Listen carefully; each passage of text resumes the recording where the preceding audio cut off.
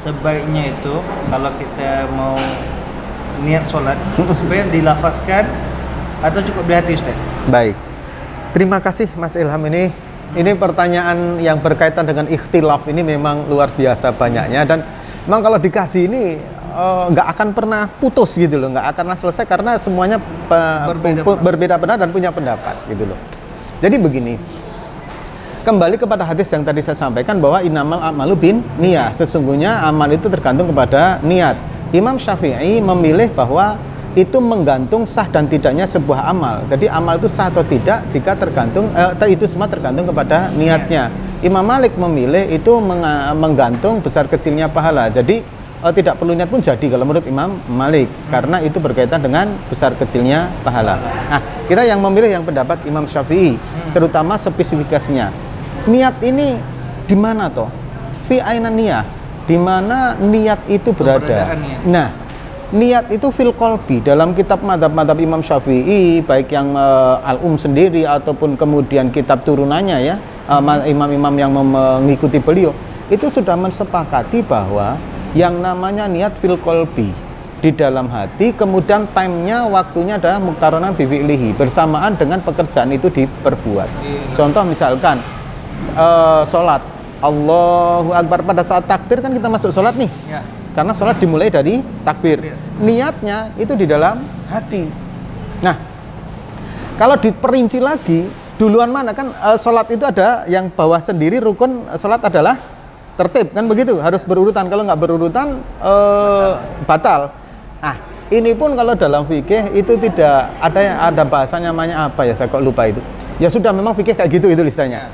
Sekarang antara takbiratul ihram, berdiri, dan niat, yang sering kita baca adalah rukun sholat pertama kali niat, kemudian berdiri jika mampu, yang ketiga baca niat, takbiratul ihram, berdiri jika mampu, kan begitu urutannya, dan itu harus tertib. Coba ketika kita berdiri, takbiratul ihram dan niat, mana yang duluan? Berdiri. Ya, padahal harus niat dulu urutannya rukun. Nah, ini kan jadi rancu. Karena niat dilakukan ketika berdiri, niat juga dilakukan ketika takbiratul ihram, kan begitu ya. Udahlah, ini nggak perlu dibahas fikih, memang kayak gitu aja, karena mana yang harus didahulukan, kan begitu. Nah, cuman masalahnya ini adalah di niat. Niat itu ada di dalam hati. Adapun talafdzutnya, pelafalannya itu adalah mutlak hanya untuk membimbing hati. Membimbing hati, kesunahannya itu terletak di dalam membimbing hati itu. Makanya tidak ada kewajiban untuk melafalkan niat. Itu dalam madhab Syafi'iyah juga begitu, madhab yang lain yang mengikuti bahwa niat itu adalah wajib, terletak di hati.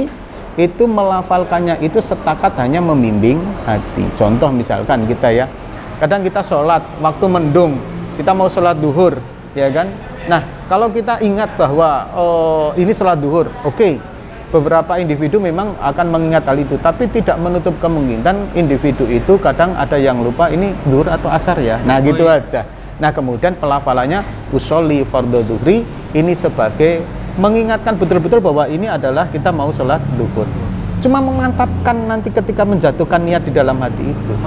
Memantapkan saja, membimbing saja. Adapun kemudian niat tetap di hati. Niat itu tidak perlu dilafalkan. Dan ini pembahasan ini sudah dari zaman dulu tetap ada ya Mas Ilham ya.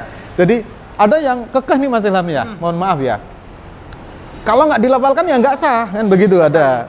Batal sholatnya, ada yang bilang begitu. Tapi ada yang juga, kalau dilafalkan itu bid'ah, nggak ada tuntutannya. Nah, ini kan sama kenceng-kenceng semua ya kan itu kan. Padahal dari konsep dasarnya sendiri bahwa niat itu tetap di hati, adapun pelafalannya itu hanya setakat untuk membimbing. Artinya kalau jenengan misal Mas Ilham, saya tanpa harus melafalkan sudah mantep kok niatnya, monggo silahkan.